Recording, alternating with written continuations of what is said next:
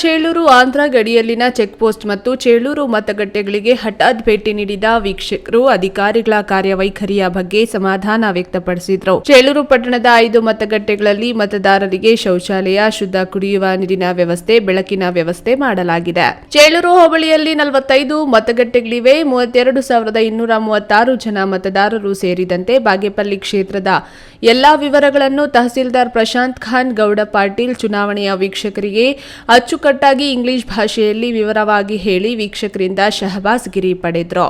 ಈ ವೇಳೆ ಬಾಗೇಪಲ್ಲಿ ಸಹಾಯಕ ಚುನಾವಣಾಧಿಕಾರಿ ಸಂತೋಷ್ ಕುಮಾರ್, ಚುನಾವಣೆಯ ಸ್ವೀಪ್ ಸಮಿತಿ ಅಧ್ಯಕ್ಷೆ Hemavati, Cheluru circle inspector PR Janardhan ಅಧಿಕಾರಿಗಳು ಹಾಜರಿದ್ದರು.